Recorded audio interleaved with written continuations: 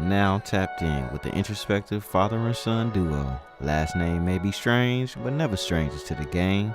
Adjust the listening devices and keep it live. Coming in, flex. I just wanna win, LABB, who we running with, 2233, I'm on 10 again, state your name.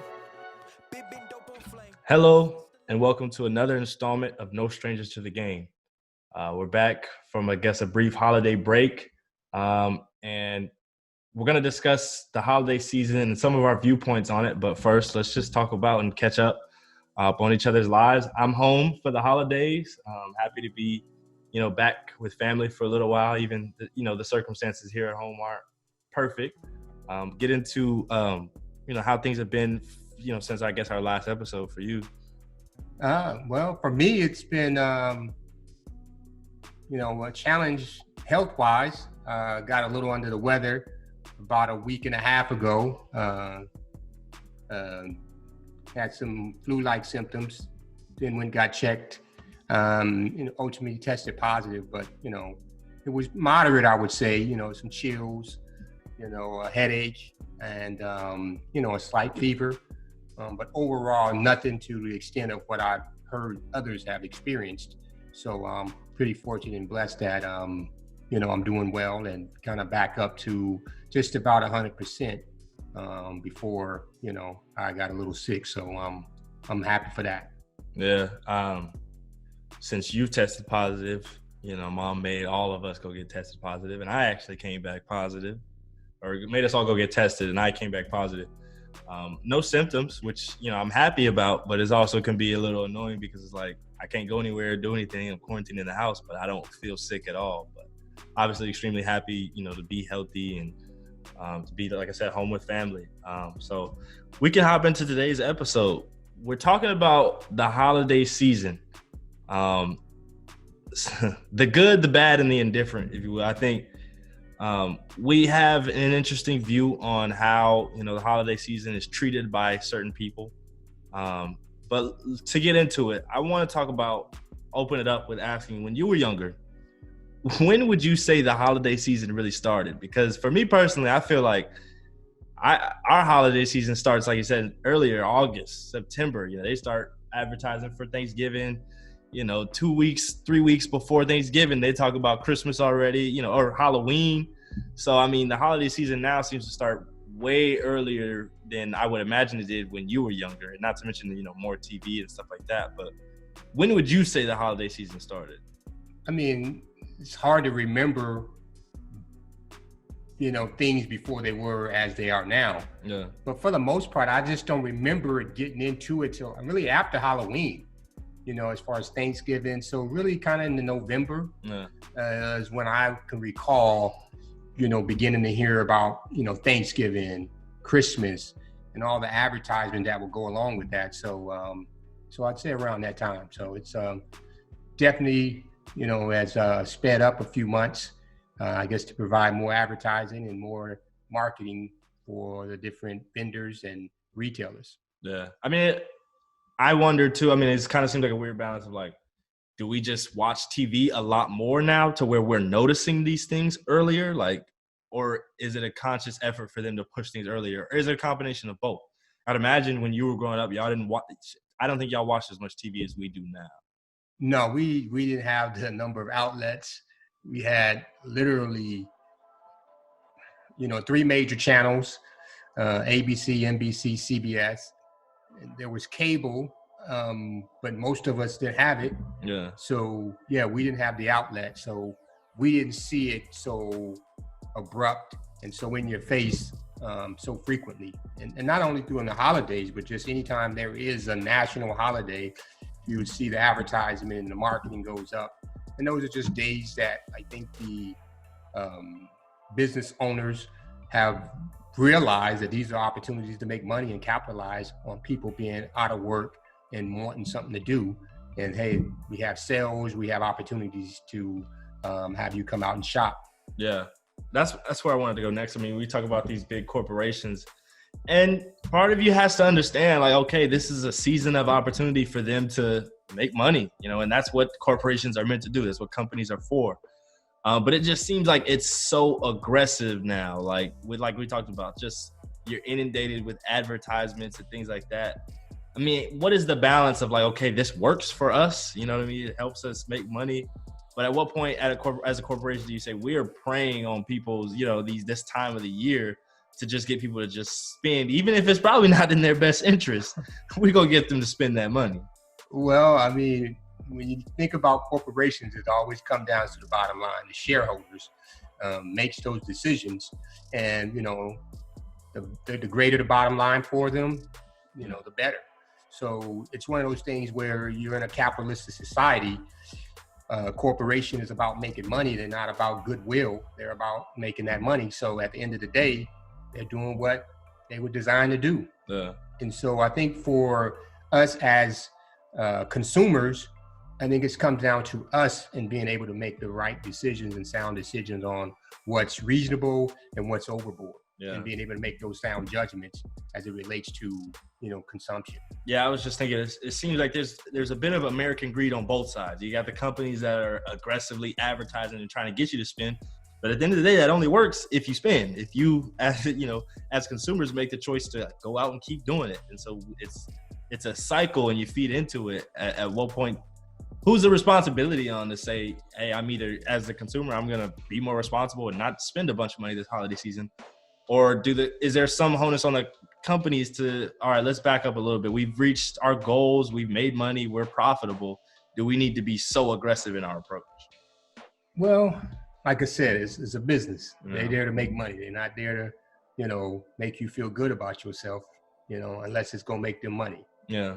So I think it's really incumbent on the consumer and the culture of our country to determine, is that going overboard? Is that what's the right fit in terms of spending, consuming, during the holidays or just in general? Yeah. So I think it comes down to the people and you making those decisions on what's your budget, what fits your budget. I mean, if you're a multi-billionaire, billionaire, I mean, those are questions and concerns you may not really have to discuss. Yeah. I think about the balance between like, okay, for a lot of small mom and pop shop businesses, things like that, the holiday season is crucial for them. It's probably where a decent amount of revenue comes for them for the year. And I think it's okay to support that as a consumer, to support that. But it just feels like, you get these massive corporations that are taking over and not leaving much for, like I said, the mom and pop shops. You think about Amazon. A lot of our Christmas shopping this year is probably going to be done through Amazon. We're not going to go support, realistically, the mom and pop shops that really could use it during this time. Where does that balance come from in terms of, once again, do we make a conscious effort to support those outlets, or do the big businesses, once again, I'm asking big businesses to, like you said, do some goodwill, which is probably you asking me to go against what I am. Yeah. You're asking a lion to go be a giraffe. Yeah. A lion is what it is, so it's going to consume. So and that's what they're designed to do. So the pressure, if that is an issue, comes from the culture and the people and their decisions to consume or not to. Yeah. And that's the only way I can see it, from my vantage point. Yeah, and it's like, I think I wasn't around in the 50s or 40s or, way back when, but I would imagine there was more mom and pop shops. When you drove into town, there was more of those people, you knew who the store owner was, or it was more of a locally owned business. I feel like you don't see nearly as much of that because, the Walmarts and Targets and the big, corporations have taken over these areas. And so it doesn't allow, if it's not in front of you, if you don't see it in front of you as much, as you're probably not going to buy from it as much. Yeah, it just comes down to mass production. Yeah. A company like Walmart, who has the ability to, go in and mass produce things and sell them at a rate that's much cheaper, inexpensive than a mom and pop. They're buying millions of certain items where mom and pop may buy 100. Like case in point, I remember speaking to the owner of Yellow Mart. That's a local sporting goods store that's been in the city of Indy for at least 70 years, maybe more. And he said that And I asked him, why don't you sell certain shoes, like the Nikes and all the up-to-date stuff? He said, one of the things he said is that Nike wants you to have at least $100,000 contract with them. So as a mom and pop, you may not have the resources to do that. So a lot of the big sporting goods stores, Dick's, Foot Locker, and those who have the resources to do that, now they corner the market because the mom and pops just can't afford to pay in that game. And so a lot of them get squeezed out. Yeah, that's tough. I'm wondering too, like we talked about with the Christmas or the holiday season in general, just holidays seem to be more pumped up. I know you have some statistics or, some information on about the difference between, whether even 20, 40 years ago or however long ago it was to now in terms of the numbers that we're putting up as consumers. Well, I call it a Statista. It's a report, I think it was dated November 24th, 2020, where it was estimating that this holiday shopping season, they were predicting about $755 billion in retail sales. Nice. And it stated that in 2000, that the revenue or retail sales for the holiday was $400 billion. Yeah. So essentially it's almost doubled within a 20-year span. So there's a lot more consumption, whether the population has grew or whatever the case may be. We're spending a lot more on retail, particularly during the holidays. And that doesn't account for hotels, travel, and all the other, consumption that's done during that time. Yeah. I wonder how those numbers are affected by obviously what's going on. Probably a little less travel and, hotels and things like that. But maybe even more people trying to send gifts and, do that type of stuff because I haven't been able to see family for a while now, or whatever the case may be. But I wanted to ask you, we talked about this just a little while ago, the kind of paradox that we get in this holiday season. I think growing up, even mom, you guys always told me and my sisters, it's more important to give than it is to receive gifts and stuff like that. And this could be a very cynical view, but I'm starting to wonder, like, is that another capitalist way of looking at things? Because I understand giving means a lot more, but like at the end of the day, if I'm giving a bunch of stuff, if everybody's giving, we're still buying. Is that another, ploy by these, big corporations? Oh, make sure you give more than you receive to just make people buy more stuff. Well, it's what I would call involuntary selection, or voluntary selection, meaning that whatever choice I give you, it's the choice that's going to benefit you. So you can give or you can get. Yeah. Either way it goes, somebody's going to spend some money. Somebody's going to spend. So, like I said, it's just the nature of the game. And I think the consumer and families, it's really our responsibility to determine how far do we go? What is the true meaning of it? Is it really about buying a bunch of gifts, or is it about getting together with family, enjoying one another, and being together during these times? So I know I went through a period when I was right around college where I was anti everything. Don't give me a holiday. I don't want to do anything. I ain't celebrating with y'all. Yeah. And part of me is still that way. But I realized that these are opportunities for families to get together. We may not always agree on the particular holiday and what's going on. We may have our differences and opinions, but it's a time when we can get together, enjoy each other's company, and, have these times where we can, just enjoy each other. So for me, I had to step back and look at it and say, when you're working and you got so much going on, you don't often have these times where you're going to have, a few days off to where you can relax and enjoy family, travel, and do the things that we do. So it has its benefits. Like I said, part of me still feels like I'm being exploited. Yeah.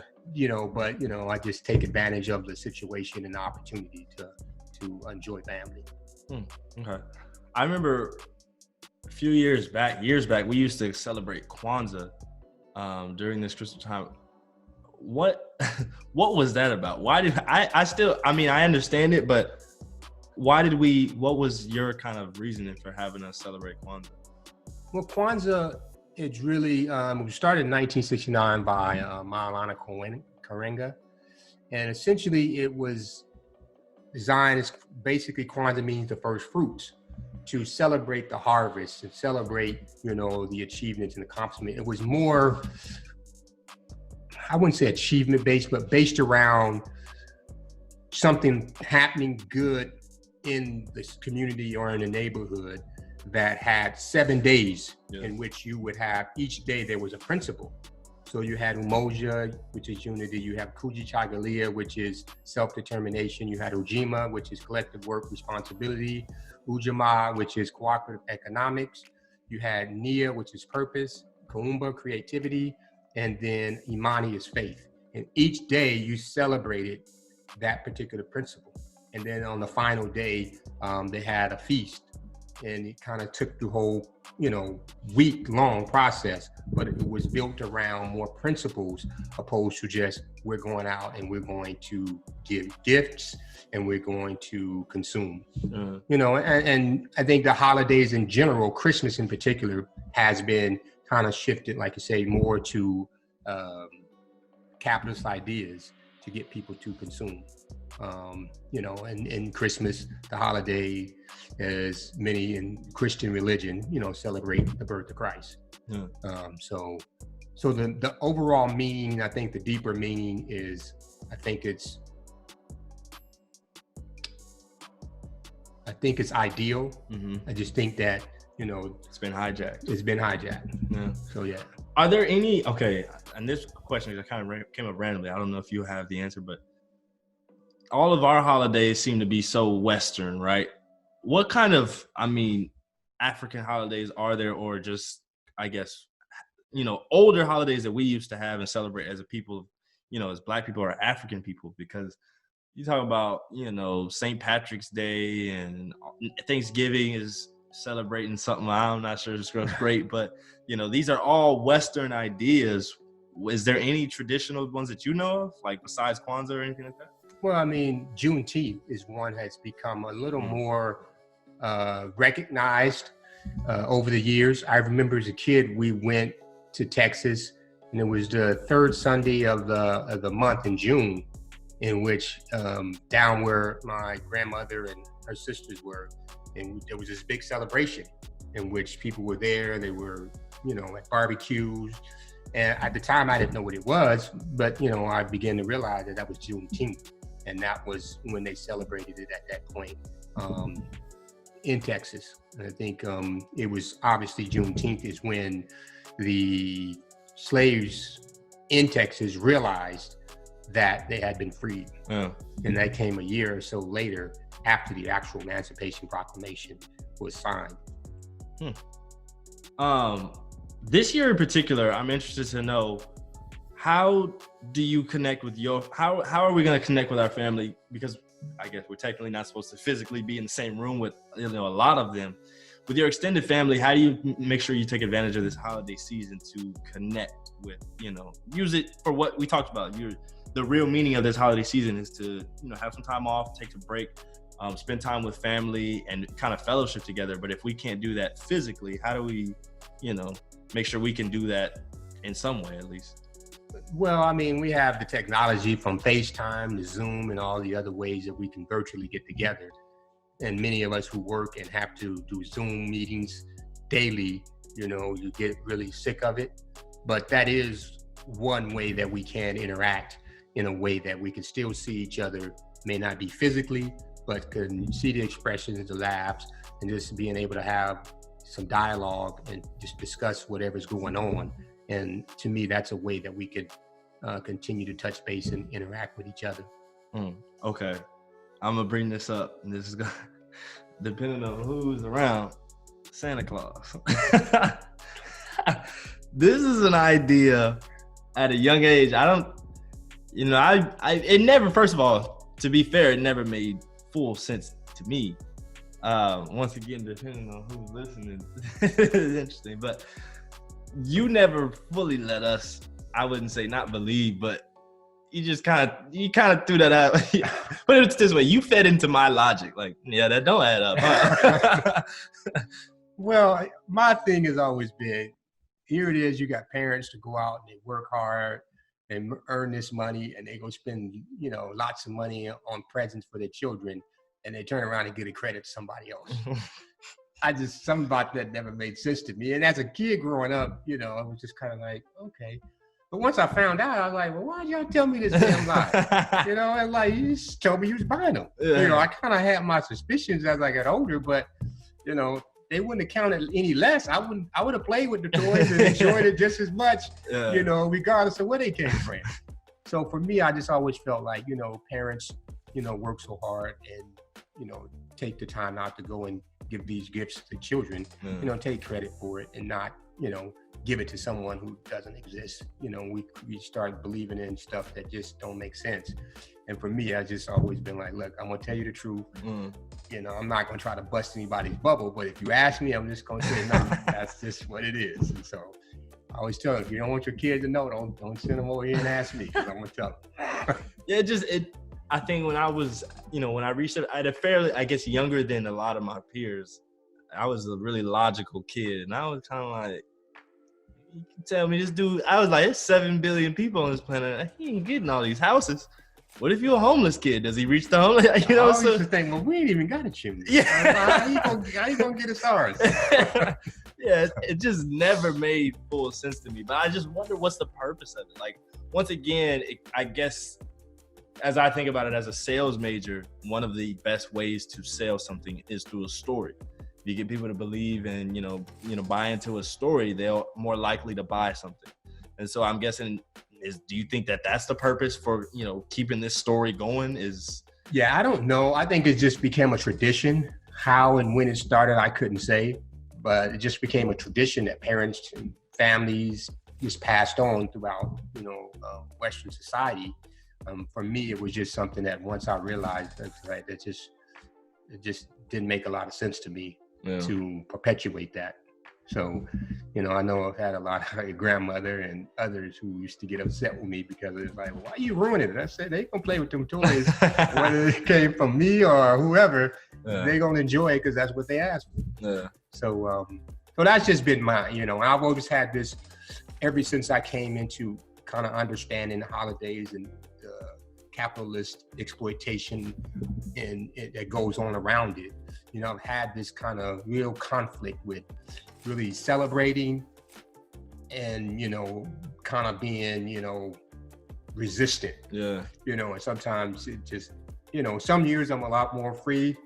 Some years I'm just a little more resistant. And so it's just for the last 20 plus years, yeah, that's kind of been where I'm at, just in this influx, depending on what I'm feeling for the moment, you know, so. You can be known that you've been called the family Scrooge a little bit. Just your holiday spirit ain't the best. But I mean, I think it's I think a theme you see, you know, our listeners can hear on this show is things are what you make them. And so with these holiday seasons, you know, I think holiday spirit has been defined by, you know, you watch the Christmas movies and you put up lights and you go buy a bunch of gifts, but is that real spirit, you know, I think the spirit of holidays, at least from what we've discussed, and, you know, things that are actually on principle is family. In my opinion, food is one of them. But, you know, these things that seem to actually have real value in our lives, and it's a moment to be grateful, cherish them, and fellowship. You know, and that seems to be the real principles of it. And I don't think you need to be wearing a Santa Claus hat or an ugly Christmas sweater to have, you know, those principles be a part of the season. Yeah, and like I said, for some people, those traditions, it makes it fun for them. Like I said, for me, just depending on the mood I'm in, I might be really festive and excited one year, and the next year I'm just like, yeah, well, let's go. You know, I always enjoy being around family. And, you know, that's the thing that always, you know, around this time, it's always a real good time of year. Yeah. You know, most people seem to be in a festive mood, seem to be a little more happy and joyful. So it's always a good time of year for me. Just like I said, whether or not I get really into the mode of the holiday and traditional, you know, activities, you know, can vary depending on where I'm at mentally, emotionally. Yeah. Speaking, I mean, I was at a young age, like once again, you know, the Santa Claus thing kind of went out the window, but it was still just such a happy time as a kid. And even, you know, now I think it kind of lost a little bit of its luster, but when I was a kid, it was still such a happy time just because I knew I was going to, you know, go to see my grandmas. I was going to see cousins, family, you know what I mean? We have I keep coming back to food, but we'd have a good meal, you know, and I just knew that there was going to be happy times. And that was always what was associated to the holiday season, even with, not necessarily getting the gifts and things like that, but just those times. Plus NBA Christmas, that was always good one for me. So I'm excited for holiday season. We're 6 days away from Christmas. It's the 19th. And I think this year is going to be different in a lot of ways. But like I said, I think if we focus on those principles that the holiday season, at least in my mind, should be about, then I think it can still be a good, ending to the year, even though we've had a rough one. Well, hopefully it brings people back to, some of the purpose of the holidays. Mm-hmm. And being that now that for the most part, many of us are isolated, and the things that we would take for granted and would do, many of us are not going to be able to do it that way. And so I think maybe next year and in the future, we may begin to look at it and cherish it just a little bit more because of just this year that we've had and, being limited in our interactions with family and friends in a time when we're typically all over the place and we're having gatherings and getting together where this year it's limited and in fact, in most places being prohibited. Yeah. I got a joke I saw on social media. I don't know, it might be a little, it may or may not fit, but it said, who would have thought that you would be gathering together with family and friends, smoking weed, but the illegal part would be the family gathering. Yeah. I saw that and it just kind of hit me and I was like, wow, that's a flip. That's the irony of the time, sure.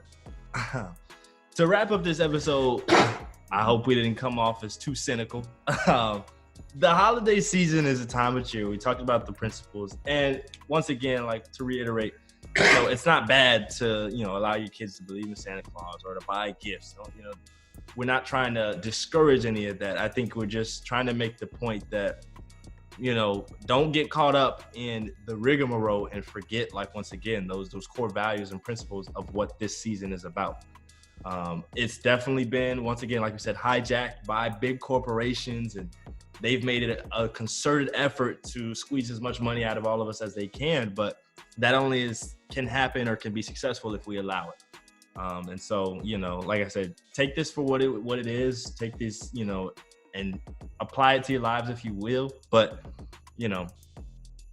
all in all, enjoy the holiday season the way you will, focused on hopefully family and, fellowshipping with each other. So I think that's going to do it. Any last words from you?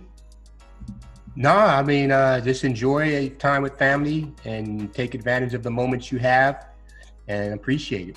And by the time you hear this, we'll probably be nearing New Year's. So hopefully that brings some better news. 2021, we need you. We need you to be better than your predecessor was. So I think that's going to do it for this episode. We appreciate you guys for tuning in for this past, 6 months we've been doing this. We think it's doing well, and we appreciate all you guys' support. And thank you for listening to this episode and episodes to come. Peace. Make sure you like, subscribe, hit the notification bell so you're notified every time we post a video.